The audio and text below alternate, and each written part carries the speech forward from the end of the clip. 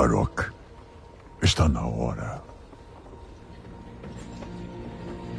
Aqueles que defendem Orgrimmar também são da Horda. Nossos irmãos e irmãs. Estes guerreiros juraram lutar por você. Muitas vidas serão perdidas. Ou talvez apenas uma. Silvana Corre-Ventos! Eu a desafio! Mak'gora!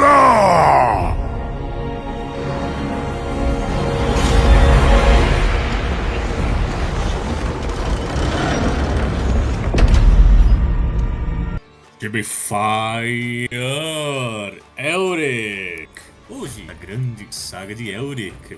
Lembrando, né? Nós aqui estamos seguindo a ordem de leitura de Elric, publicado pela editora francesa Glénat. E depois, entre os episódios, nós fazemos uns paralelos com os livros originais de Michael Moorcock e também comentamos a série de quadrinhos que hoje está em detenção por Titan Comics. Se você quiser comprar este gibizinho prioritariamente comentado, eu vou deixar o link na descrição deste podcast. Fora isso, por favor, comente, compartilhe, comente de novo e depois compartilhe e daí avalie a gente aí no Spotify ou Apple Podcast ou YouTube. Estamos em todos os lugares e todo lugar tem uma forma de avaliação. Hoje voltamos seguindo o segundo tomo de Elric, Stormbringer. Ele foi publicado aqui no Brasil pela editora Mitos, primariamente no O Elric, O Trono Rubi, o primeiro encadernado da Mitos de Elric, e depois, propriamente dito, foi republicado no Elric Integral. Para quem ouviu o episódio anterior, deve estar sabendo que este é um segundo tomo da Glénat que adapta a segunda parte do romance original de Michael Moorcock, Elric de Melniboné. Já que a nossa primeira parte aqui, né, O Trono Rubi, adaptava a primeira parte deste romance, que no caso é o segundo romance, mas é o quarto livro em ordem de publicação, mas em ordem cronológica, tanto pela Glénat, tanto pela Pipoca Nankin, ele é o primeiro na ordem cronológica, o primeiro que começa a lenda de Elric. Um traidor liderando traidores. Por que devo aceitar seu desafio? Você quer me fazer sofrer?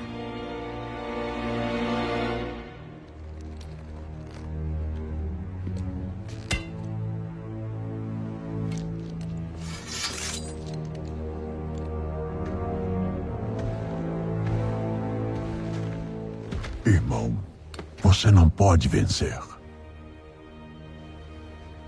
Meu velho amigo, você e eu.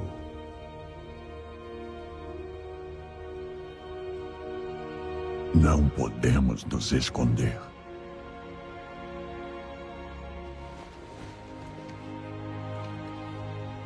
Eu coloquei você nesse caminho.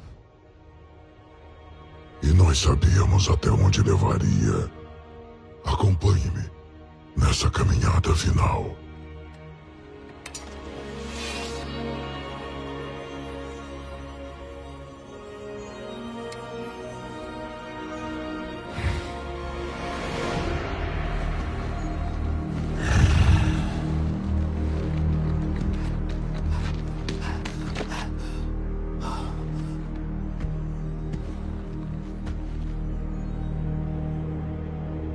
Vamos acabar com isso.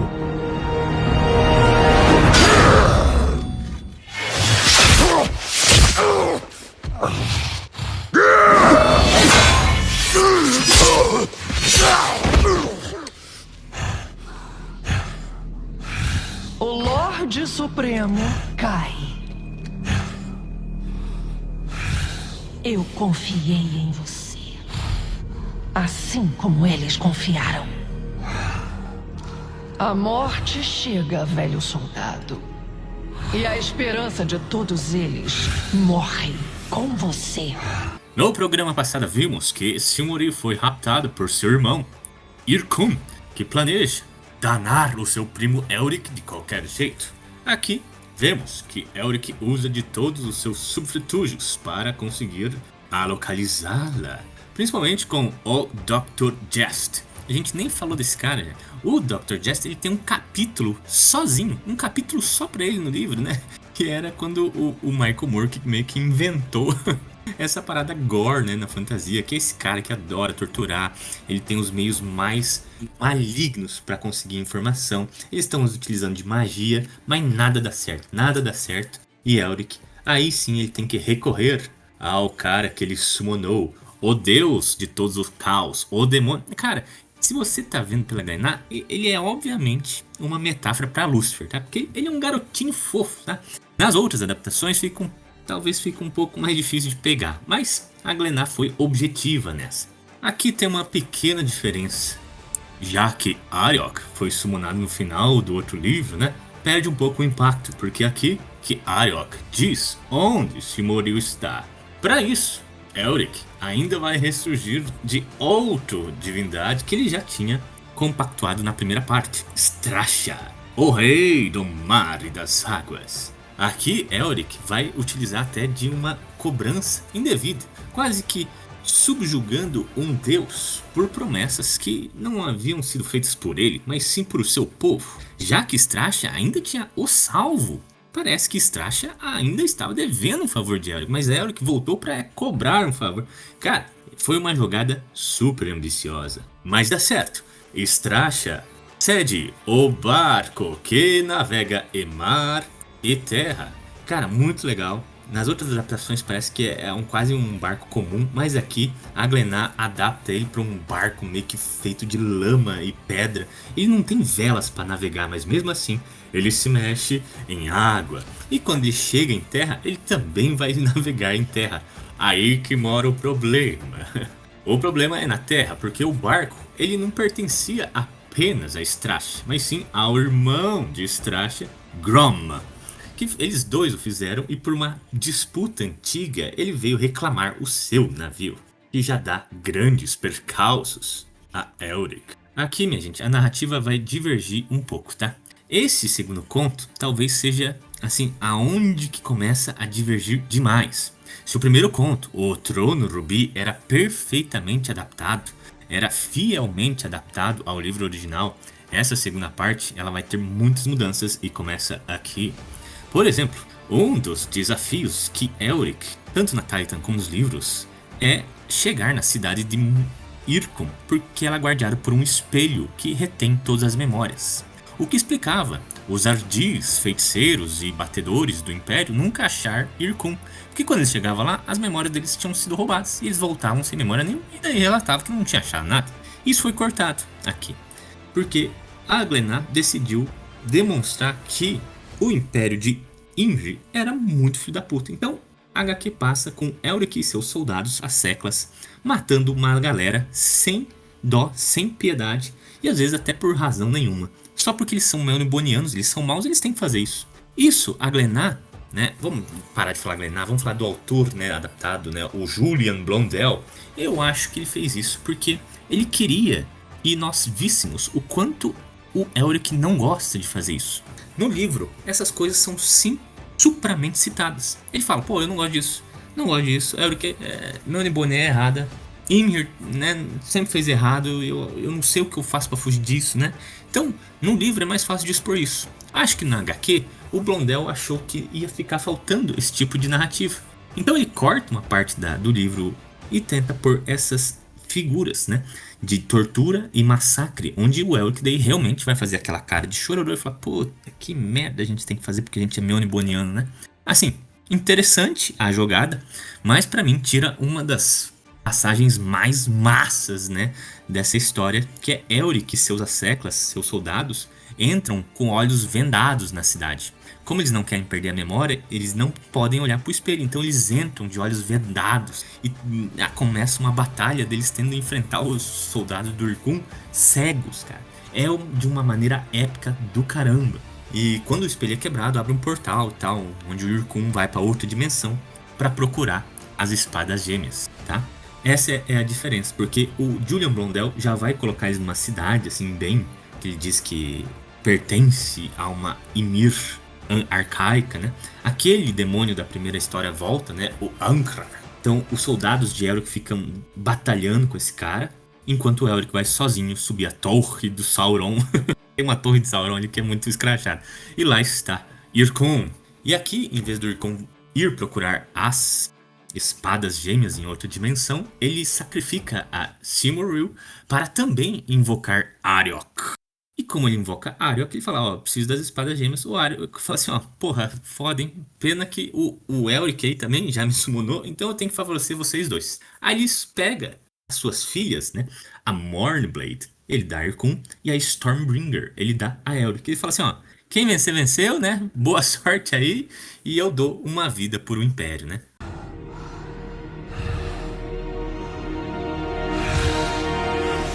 Você não pode matar a esperança.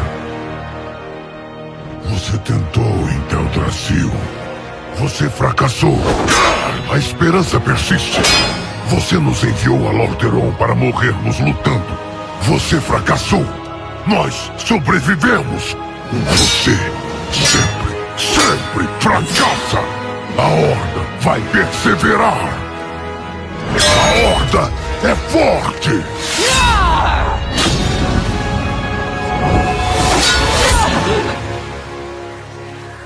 A Horda não é nada!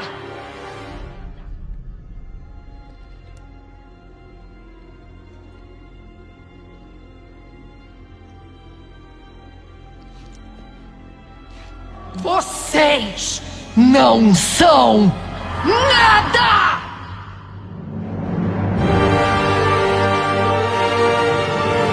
Por Azeroth!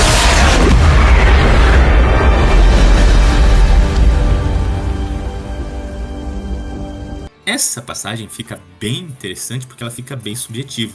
Tipo, se o Irkun matar uma vida do Elric, o Irkun ganha o poder. Se o Elric, né, matar o Irkun, então ele ganha também seu de volta, seu império. Isso o Elric ele vai notando durante a luta. Ele até subjuga o Irkun, mas na hora de matar ele fala, peraí, calma. Eu não vou ser o joguete dos deuses. Eu adoro essa frase, porque ela é muito repetida, né? Porque ela é muito shakespeariana. Ah, eu não vou ser o joguete dos deuses. Então, essa é a regra que se impôs. Beleza, me dá a Silmaril de volta, né? Uma vida por um império. Uma vida por um reinado. O Ariok fica putaço, mas ele faz, né? Porque essa é a regra que ele auto-impôs. Ele dá a vida de volta ao Silmaril e vai embora. Nisso, o Elric já começa a sentir os desígnios de Stormbringer, que começam a falar com ele. Essa parte é muito interessante, já que no livro e na Titan Comics, a Stormbringer não fala com o Elric. Ela fala, mas em sussurros. Então, Elric sempre tá assim, ó, ai, e a Stormbringer me falou, ah, eu sinto o sangue de Stormbringer. Ah, eu sinto que Stormbringer pede por almas. Raramente é exposto a linguagem, a comunicação de Stormbringer. Aqui, gente, é talvez a maior diferença de todos, porque realmente tem balões de fala da Stormbringer. E ela vai falando, sussurrando. O Elric já vai falando, meu, ela quer que eu mate todo mundo, ela vai me fazer matar se Silmaril. Ele mata um dos amigos dele, né? Um cara que acompanhou a jornada dele inteira. Ele mata pra calar a voz da Stormbringer. E quando ele chega, ele viu que ele realmente tinha razão. Ele tem que dar a vida pelo Império, né? Então, ao invés de tomar uma vida, ele cedeu a vida a Silmaril, ou seja, ele também tem que ceder o Império. E ali, né, no maior plot twist de todos, né, cara? Quando eu li isso pela primeira vez, eu achei muito louco. O Irkon já estava pronto para ser executado e ele fala, não vou te executar, toque a coroa. E ele põe a coroa no Irkon e vaza, tipo, ó, esse é o teu Império. Fechou, a Silmaril fica em pânico, ela fala, meu, você tá maluco? Eu tô ferrado aqui, se você for embora ele vai me matar, né? Esse cara é maluco, ele sempre quer foder tudo, ele vai foder de novo. E a hora que fala assim, cara, né? Ele ouvindo os sussurros da Stormbringer na orelha dele, ele fala, eu tenho que fazer isso, né? Esse foi o sacrifício que eu me auto-impus naquela jogada. O que é muito interessante mesmo, tá? Então a última cena é Elric indo embora de Ymir, deixando de ser o imperador de Melniboné. Gente, entre o livro e Titan e Glenad tem uma pequena diferença ali, porque Elric, ele falava até antes, assim, tipo, ele falava, Silmaril, eu tô vazando por um ano, como eu fui te buscar, né, nos reinos jovens, eu aprendi bastante coisa. E agora eu acho que eu tenho que voltar lá pra aprender umas coisas, porque eu acho que Ymir, né, tá fudido. Melniboné tá fudido e eu acho que lá eu consigo aprender. Então a ideia dele ali era deixar o Irkun como regente por um ano, tá? Essa foi a escrita original, tá? O que eu não gosto. Ali é muito estranho, todo mundo fala, você tá maluco?